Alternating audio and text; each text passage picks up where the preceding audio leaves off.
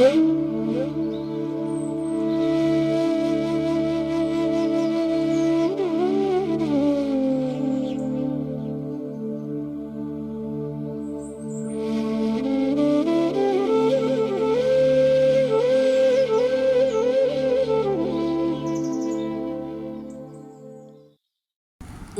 স্থাপকায় চ ধর্মস্য সর্বধর্মস্বরূপিণে অবতার বরিষ্ঠায় রামকৃষ্ণায় তে নমঃ। নমস্কার। শ্রী শ্রী ঠাকুর, শ্রী শ্রী মা এবং স্বামীজি মহারাজের রাতুল চরণে ভুলুণ্ঠিত প্রণাম জানিয়ে আজ আমরা দীক্ষার প্রসঙ্গে কয়েকটি কথা স্মরণ মনন করব। আমরা শ্রী শ্রী রামকৃষ্ণ কথামৃত যারা পাঠ করেন তারা জানেন যে ভগবান শ্রীরামকৃষ্ণদেব বলছেন, বদ্ধ জীবেরা ঈশ্বর চিন্তা করে না। যদি অবসর হয় তাহলে হয় আবোল তাবোল ফালতু গল্প করে, নয় মিছে কাজ করে। আসলে আমরা তো মানুষ, বেঁচে থাকার সব উপাদান সংগ্রহ করার পরেও মন, বুদ্ধি এবং বিবেকের সাহায্যে আমরা অন্য চিন্তা করতে পারি। যে মন বৈজ্ঞানিক গবেষণা করতে পারে, সেই মন ঈশ্বর চিন্তাও করতে পারে। সেই জন্য বলা হয়, যারা ঈশ্বর চিন্তা করেন তারা দৈবী স্বভাব সম্পন্ন, আর যারা কেবলমাত্র নিজের বিদ্যা, বুদ্ধি, অর্থ, শক্তির দম্ভে ঈশ্বরকে অবজ্ঞা করেন তারা আসরিক বা পশু স্বভাব সম্পন্ন মানুষ। সেজন্য দেখবেন বারবার বলা হয় যে এই দৈবী স্বভাব সম্পন্ন মানুষ যারা, তারা ভয়শূন্য, চিত্তপ্রসন্ন আত্মজ্ঞান লাভ করেন, তপস্যা, সরলতা, অহিংসা ইত্যাদির মধ্যে দিয়ে, সাত্ত্বিক গুণের মধ্যে দিয়ে এগিয়ে যান। এবং এই দৈবী স্বভাব সম্পন্ন মানুষ ঈশ্বর ভক্ত হয়ে মোক্ষ লাভ করে। কিন্তু অসুর স্বভাব সম্পন্ন মানুষের ঈশ্বরে অবিশ্বাসের ফলে ধর্মে মতি হয় না, আবার অধর্মের কাজ থেকে তারা নিবৃত্তও হয় না। সেই জন্য ঠাকুর খুব সুন্দর করে বললেন যে এমন সব লোক আছে, হাজার ঈশ্বরের কথা শুনুক, কোনো মতে চৈতন্য হয় না। হাজার লেকচার দাও, বিষয়ী লোকেদের কিচ্ছু করতে পারবে না। পাথরের দেওয়ালে কি পেরেক মারা যায়? পেরেকের মাথা ভেঙে যাবে, তো দেওয়ালের কিছু হবে না। আসলে দুটি পথ রয়েছে, একটা শ্রেয় আর একটা প্রেয়। প্রেয় কি না, এই ঘর সংসার, টাকা পয়সা, বিয়ে থা, এইসব সংসারের অস্থায়ী জিনিস, মানুষ এটাকেই সব বলে মনে করছে। আর একটা হচ্ছে শ্রেয়, যেটা কিনা শ্রেষ্ঠ। এই সংসার কিছুই নয়, ঈশ্বরই সব, তিনি আশ্রয়, তিনি অবলম্বন। মা বাবা এক জন্মের, ঈশ্বর জন্ম জন্মের আপনজন। এই পথই শ্রেয়, এটাই আত্মার মুক্তির পথ। সেজন্য কথামৃতে রয়েছে যে যারা অজ্ঞান, ঈশ্বরকে মানে না, অথচ সংসারে রয়েছে, তারা যেন মাটির ঘরের ভেতর বাস করে। ক্ষীণ আলোতে শুধু ঘরের ভেতরটি দেখতে পায়, কিন্তু যারা জ্ঞান লাভ করেছে, ঈশ্বরকে জেনেছে, তারপর সংসারে আছে, তারা যেন সার্সের ঘরের ভেতরে বাস করে। সেজন্য আমাদের বারবার মনে রাখতে হবে যে ভারতবর্ষ, যেটি কিনা আধ্যাত্মিকতার স্বর্গরাজ্য, সেখানে থেকে আমাদের এই ঈশ্বর চিন্তা কিন্তু রক্তের সাথে মিশে রয়েছে। আমাদের এগিয়ে যেতে হবে। পরম পূজ্যপাদ স্বামী বীরেশ্বরানন্দজি মহারাজ বলছেন যে আমরা সাধারণত ধর্ম মানে বুঝি যা কিছু আমাদের লোকাচার, পূজা পার্বণ, তীর্থ ভ্রমণ করা, ব্রত পালন করা। এসব অনুষ্ঠান যারা করে না তাদের আমরা অধার্মিক বলি, কিন্তু প্রকৃতপক্ষে এটা ধর্ম নয়। যারা ধর্মজীবন যাপন করতে চায় তাদের গোড়াতেই কয়েকটা জিনিস দরকার, তা না হলে ঠিক ঠিক ধর্ম প্র্যাকটিস করা যায় না। বিশেষত শ্রদ্ধা না থাকলে, শাস্ত্রের কথাতে, গুরুদেবের কথাতে যদি শ্রদ্ধা না থাকে, তবে ধর্মজীবনে আমরা কিছুই করতে পারব না। সেজন্য ঠাকুর বলছেন কেন কলিযুগের বেশিরভাগ মানুষ ঈশ্বরের দিকে যেতে চায় না বা চলতে চায় না? কারণ ঈশ্বরের চেয়ে তার মহামায়ার আবার জোর বেশি, জজের চেয়ে পেয়াদার ক্ষমতা বেশি। সেই জন্য ঈশ্বরের পথে চলতে গেলে পথপ্রদর্শকের দরকার হয়। গুরুরূপ হয়ে ঈশ্বর স্বয়ং এসে এই মায়া পাশ ছেদন করে। সেজন্য কিভাবে ভগবানের পথ ধরে চলতে হবে, কোন পথে চললে তাকে সহজে পাওয়া যাবে, সেটি ঠাকুর উত্তর দেবেন। ঠাকুরের ভাষায় ঈশ্বর যুগে যুগে লোকশিক্ষার জন্য নিজে গুরুরূপে অবতীর্ণ হন, সচ্চিদানন্দই গুরু। এবং এই গুরুকরণের জন্য আমাদের কি করতে হয়? দীক্ষা। এই যে প্রশ্ন অনেকে করেন, দীক্ষা কেন নেব? না, ঈশ্বরের পথে চলার জন্য। তাহলে দীক্ষার উদ্দেশ্য কি? না, দীক্ষা নেওয়ার উদ্দেশ্য সরলভাবে সাধন ভজন করে ভগবান লাভ করতে চেষ্টা করা, আর অন্য কিছু না। ঈশ্বর লাভের সঠিক পথটা জানা এবং সেই পথ ধরে চলে ঈশ্বর লাভ করা। গুরু সেইটিই করেন। সেজন্য দীক্ষা নেবার আগে নিজের মনকে প্রস্তুত করতে হয় একদম। যদি ভগবানের কৃপা আশীর্বাদ লাভ করতে হয়, জীবনে যদি শান্তি আনন্দ পূর্ণতা লাভ করতে হয়, তাহলে দীক্ষা লাভ করেই ভগবানের দিকে এগোতে হবে। মন্ত্র নিতে হয় যখন গুরুতে ভগবৎ বুদ্ধি আসে।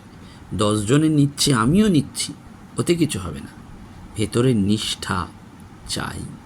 গুরুকে ঈশ্বর বলে যখন বোধ হয়, তখনই মন্ত্র নেওয়া যায়। সেজন্য পরম পূজ্যপাদ স্বামী ভূতেশানন্দজি বলছেন না, যে দীক্ষা নেবার আগে মানুষের জমি তৈরি করতে হয়। বীজ বপনের আগে জমি প্রস্তুত না করে বীজ বপন করলে সেটা বৃথা হয়। তেমনি মন শুদ্ধ না হলে হবে না। অর্থাৎ মন জমিটা তৈরি করে নিতে হবে ভগবানের নাম নেবার আগে। সদাচার, বিনয়, শ্রদ্ধা, আগ্রহ, এইগুলো দিয়েই মনকে প্রস্তুত করতে হবে ভগবানের নাম নেওয়ার জন্য। যদি অন্তরে ঠিক ঠিক আগ্রহ থাকে, তাহলে দীক্ষার যে পরিণাম সেটা অপূর্ব। শক্তি তার খোলা ছাড়িয়ে অপেক্ষা করতে থাকে কখন স্বাতী নক্ষত্রের এক ফোঁটা জল পড়বে। তখন সে তার সেই খোলা বন্ধ করে জলের নিচে চলে যায়, তারপর সে মুক্ত তৈরি করে। এই এক ফোঁটা স্বাতী নক্ষত্রের জলই হচ্ছে মন্ত্র দীক্ষা। সেই জন্য শ্রদ্ধা ভক্তি যদি না থাকে, তাহলে দীক্ষার সার্থকতা থাকে না। তাই শ্রদ্ধা সহকারে মন্ত্রকে গ্রহণ করতে হবে, এবং তবেই সেই বীজ ফলে ফুলে সুশোভিত বৃক্ষে পরিণত হবে। সেজন্য দীক্ষার আগে প্রস্তুতি একান্ত প্রয়োজন। প্রস্তুতি ছাড়া কোনো কাজই হয় না। সেই জন্য শাস্ত্রে বলছে, দীক্ষার্থী গুরুর কাছ থেকে আদর্শটি নেওয়ার জন্য সেবাপরায়ণ হয়ে, বিনীত হয়ে, অহেতুকী ভক্তি নিয়ে নিজের জীবনকে শুদ্ধ পবিত্র করে যাবে। শাস্ত্রে এই প্রস্তুতির কথা বলা হয়েছে। কেন? না, এটা জীবনের অমূল্য ক্ষণ, যখন ভগবানের নাম আমাদের কাছে এসে উপস্থিত হচ্ছে।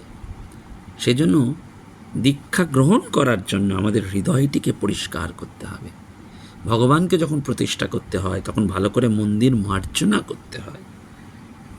এই মন্ত্র গ্রহণ মানে জীবনে ভগবানকে প্রতিষ্ঠা করা, আর তার জন্যেই যা কিছু প্রস্তুতি। সেজন্য দীক্ষা যেন স্ট্যাটাস সিম্বল না হয়ে যায়। দীক্ষা যে ভগবান লাভের মাধ্যম, সেটা যেন মনে থাকে। সেই জন্য দীক্ষা যে জীবনের একটা বিশেষ ক্ষণ, সেটাও আমাদের মনে রাখতে হয়। নারদীয় ভক্তি সূত্রে রয়েছে যে মোক্ষ লাভের জন্য যখন প্রবল ইচ্ছা জন্মায়, সাধক যখন ঈশ্বর লাভের জন্য ব্যাকুল হন, তখনই জমি বীজ বপনের জন্য উপযোগী হয়। সাধক তখন গুরুর কৃপা লাভ করেন। যখন সাধক বিশ্বস্তভাবে আগ্রহের সাথে আধ্যাত্মিক জীবন অন্বেষণ করেন, আধ্যাত্মিক শক্তি প্রেরককে তখনই আসতে হয়। আমাদের মনে হয় যে দীক্ষাটা বয়সকালে নেওয়া হবে, সংসারের সব কাজকর্ম সেরে। হয় না। দীক্ষা নেওয়ার উদ্দেশ্য যদি ভগবানের পথে চলা হয়, তাহলে জীবনের প্রারম্ভেই সেটা শুরু করতে হবে। শরীর মন যখন অসীম শক্তির আধার হয়ে থাকে, তখন দীক্ষা নিয়ে পূর্ণ শক্তি দিয়ে ভগবান লাভ করতে হবে। ঠাকুর বলছেন না, সেই জন্য যে এক হাতে ঈশ্বরের পাদপদ্মে রেখে আর এক হাতে সংসারের কাজ করো, ঈশ্বরকে স্মরণ করতে করতে যদি সংসারের কাজকর্ম করা যায় তাহলে সংসার শান্তিপূর্ণ হয়। এবং সেই জন্য জীবনের সবচেয়ে উত্তম সময় হচ্ছে এই 16 থেকে 30 বছর। গোলমাল কাটিয়ে দিয়ে বুড়ো বয়সে ধর্ম করা যায় না, সেটা নিজেকে ফাঁকি দেওয়া, নিজেকে ঠকানো। অনেকে সারা জীবন গোলমালে কাটিয়ে পেনশন নিয়ে তীর্থবাস করে। তারা মনে করেন যে তীর্থবাস করলে সারা জীবনের অশুভ কাজের যা কিছু কুফল সব নষ্ট হয়ে যাবে এবং মৃত্যুর পর মুক্তি লাভ হবে। সেই জন্য তা কিন্তু নয়। সেজন্য দীক্ষা নেবার আগে যে ইষ্টের মন্ত্র নেওয়া তার সম্পর্কে বিশেষভাবে জানা দরকার। অর্থাৎ কেউ হয়তো বাড়িতে কালীর মন্ত্র নিয়েছেন, কৃষ্ণ মন্ত্র নিয়েছেন, তার দেখা দেখি আমরা নিলাম, কিন্তু আমার তার প্রতি ভালোবাসা নেই। সেই জন্য দীক্ষার আগে কিছুদিন বেলুড় মঠে যাওয়া, দক্ষিণেশ্বরে যাওয়া, ঠাকুরের সাধনপুত স্থানে যাওয়া, ঠাকুর মা স্বামীজির বই পড়া, সাধনস্থলগুলো দর্শন করা, প্রার্থনা করা, প্রণাম করা, এগুলি দরকার, নইলে হবে না। এবং মনে রাখতে হবে দীক্ষার ব্যাপার হচ্ছে এরকম যে হাসপাতালে নাম লেখা হয়ে গেলে রোগীর আর কিছু করার থাকে না। এই লেখানোটাই মুশকিল। দীক্ষা তোমার হবেই হবে যদি তুমি পিছপা না হও। অজস্র কাজের মধ্যে আমরা যেমন নিজের নাম কখনো ভুলি না, তেমনি ইষ্টের নাম, প্রিয়তমের নাম, সেটা যেন আমরা সবসময় মনে রাখি। এবং সেই জন্য ঠাকুর বললেন না, তার নাম করো, তার নামেই সমস্ত দেহ মন পবিত্র করো, জিহ্বাকে পবিত্র করো। রোজ তাকে ডাকা অভ্যাস করতে হয়, একদিনে হয় না। রোজ ডাকতে ডাকতে ব্যাকুলতা আসে। শরীর এই আছে এই নেই, তাড়াতাড়ি তাকে ডেকে নিতে হয়। সেজন্য দীক্ষা প্রসঙ্গে অযাচক বলছেন না, দিয়তে এবং ক্ষিয়তে, দেওয়া আর ক্ষয় পাওয়া, এই দুটি শব্দের সমন্বয় হচ্ছে দীক্ষা। অর্থাৎ আলো দেওয়া আর অন্ধকার ক্ষয় করা। সেই জন্য বলেছে দিয়তে বিমলং জ্ঞানং ক্ষিয়তে কর্মবাসনা। দীক্ষা মানে দয়াপূর্বক ইক্ষণ, অর্থাৎ পরমেশ্বরের কাছে সদ্গুরুর সস্নেহ কৃপা দৃষ্টির নামই হচ্ছে দীক্ষা। সেজন্য দীক্ষার দ্বারা জীবের কর্মবাসনা ক্ষয় পায় আর বিমল জ্ঞানের উৎপত্তি ঘটে। দীক্ষাকে বলা হয় আধ্যাত্মিক বিবাহ, জীবের সঙ্গে পরমেশ্বরের মিলন, আর গুরু হচ্ছেন সেই বিবাহের ঘটক। লৌকিক বিবাহে যেমন দুটি দেহ, দুটি মন ও প্রাণ একত্রে মিলিত হয়, দীক্ষা রূপ বিবাহে জীবাত্মা পরমাত্মার সাথে মিলিত হওয়ার উদ্যোগ নেয়। দীক্ষার মধ্যে দিয়েই ঘটে সেই দিব্য মিলনের সূচনা।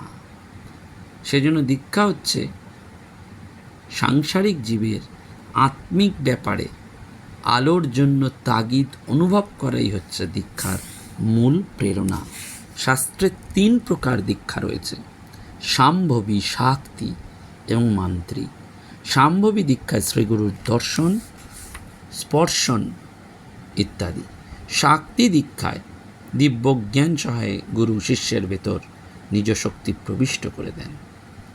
আর মান্ত্রী দীক্ষায় মণ্ডল অঙ্কন, ঘটস্থাপন এবং দেবতার পূজাদির পরে শিষ্যের কর্ণে মন্ত্র দেন গুরু। সেই জন্য মনে রাখতে হবে যে ঈশ্বরের নামকে বলা হয় মন্ত্র, এবং দীক্ষা দানকালে গুরু শিষ্যকে সেই মন্ত্রই দেন। মন্ত্রে যে শক্তি সঞ্চারিত করা হয়েছে নাম জপের দ্বারা, সেটাই শিষ্যের কাছে প্রকট হয়। বাবুরাম মহারাজ বলছেন না, দীক্ষার প্রয়োজন আছে, তোমাকে একটা পথ ধরে চলতে হবে। গুরু দীক্ষার মধ্যে দিয়ে সেই পথ দেখিয়ে দেন। অনেকে মনে করেন যে ঘটা করে পরমেশ্বরকে জীবনে প্রতিষ্ঠিত করবার তোড়জোড় না করলে তিনি কি আসবেন না, আমরা কি তাকে স্মরণ মনন করতে পারি না? তা কিন্তু নয়। অধ্যাত্ম পথে অগ্রসর হতে গেলে ব্রহ্মজ্ঞ পুরুষের কৃপা দরকার। তুমি ধর্মগ্রন্থ পাঠ করতে পারো, হৃদয়ঙ্গম করতে পারো, বিশ্বাস করতে পারো, কিন্তু এসব থেকে তুমি ধর্ম লাভ করতে পারবে না, ভগবত জ্ঞান লাভ করতে সক্ষম হবে না। আত্মানুভূতি, এই আত্মানুভূতি অর্থাৎ তোমার হৃদয়কে উন্মোচিত যিনি করতে পারেন, তার জন্য একজন ব্রহ্মজ্ঞ পুরুষের দিব্য স্পর্শ দরকার। শ্রী শ্রী মা সুন্দর করে বলছেন না, স্বামী স্ত্রী একমত হলে তবে ধর্ম লাভ হয়। সেই জন্যই দম্পতি অর্থাৎ স্বামী স্ত্রীর একসাথে নাম জপ, উপাসনা, ধ্যান, তীর্থযাত্রা সরস, আনন্দময় এবং কার্যকরী। এবং সেই জন্য এই দীক্ষা যিনি দেন তাকে আমরা কি বলি? গুরু। ত্রিতাবদগ্ধ জীবকে যিনি শান্তির পথে নিয়ে যান তিনিই হচ্ছেন গুরু। এবং সদ্গুরুর কাছ থেকেই এই দীক্ষা। ঠাকুর বলছেন, গুরু বাক্যে বিশ্বাস, তার বাক্য অবলম্বন, তার বাক্যরূপ খুঁটি ধরে ঘোরো সংসারের কাজ করো। এবং এই সদ্গুরুর কাছ থেকেই এটি নিতে হয় দীক্ষা। এবং কুলগুরুর থেকেও অনেকে নিতে পারে। এবং শুধু গুরু কাছ থেকে দীক্ষা নিলেই হলো না, সেই গুরু সেবা করতে হয়, গুরু সঙ্গ করতে হয়। গুরুকে ভালোবাসলে আসলে ঈশ্বরকেই ভালোবাসা হয়। গুরুকে চিন্তা করলে মন স্বতঃস্ফূর্তভাবে ইষ্টদেবকে চিন্তা করতে আরম্ভ করে। মন্নাথ শ্রী জগন্নাথ মদ্গুরু শ্রী জগৎগুরু মমাত্মা সর্বভূতাত্মা তস্मै শ্রী গুরবে নমঃ। এবং এই গুরুসঙ্গের ব্যাপারেও অনেক দৃষ্টান্ত রয়েছে, ভুরি ভুরি দৃষ্টান্ত রয়েছে। তেমনি শিক্ষার্থীর অপর নামও শিষ্য। সদ্গুরু অনেক সময় পাওয়া যায়, কিন্তু সৎ শিষ্য পাওয়া আবার দুষ্কর। ঠাকুর বলছেন, সকলেই গুরু হতে চায়, শিষ্য কেউ হতে চায় না। গুরু মিলে লাখ লাখ, চেলা না মিলে এক। সেজন্য এই দীক্ষার আগে এবং পরে এই জপ ধ্যান এটি আমাদের বারবার স্মরণ মনন করতে, এবং তার সঙ্গে কিন্তু আহার। স্বামীজি বলছেন, আহার সংযম ব্যতীত চিত্ত সংযম অসম্ভব। অতি ভোজন থেকে অনেক অনর্থ হয়, তাতে শরীর এবং মন দুই জাহান্নামে যায়। শুদ্ধ আহার করলে মন শুদ্ধ হয়। প্রণামের বিধি রয়েছে, প্রার্থনার কথা রয়েছে, ভোগ দেওয়ার কথা রয়েছে, এই সমস্ত কিন্তু আমাদের রয়েছে। সেজন্য দীক্ষা নেবার আগে যেমন প্রস্তুতি দরকার, তেমনি দীক্ষার পরেও কিন্তু আমাদের এই জপ ধ্যান পূজা প্রার্থনা সদ্গ্রন্থ পাঠ সৎসঙ্গ এটি করতে হয়।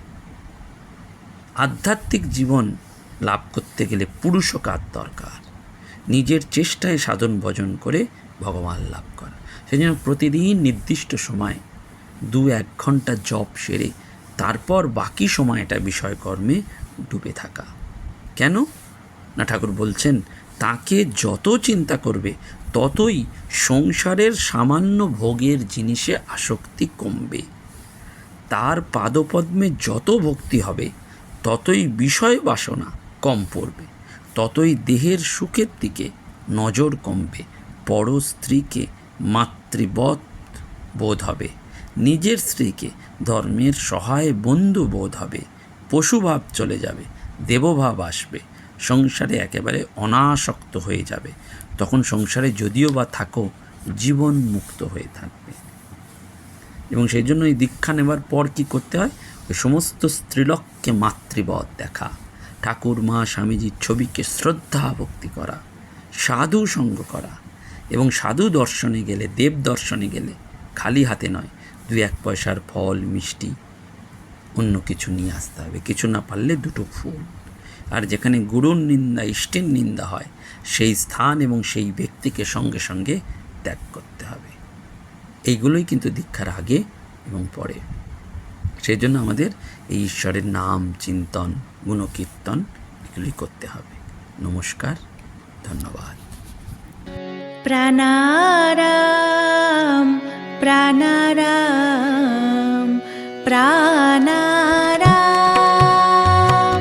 প্রাণারাম প্রাণারাম প্রাণারাম। কি যেন লুকানো নামে তাই মিষ্ট এত তব নাম। প্রাণারাম প্রাণারাম প্রাণারাম প্রাণারাম নারায়ণ।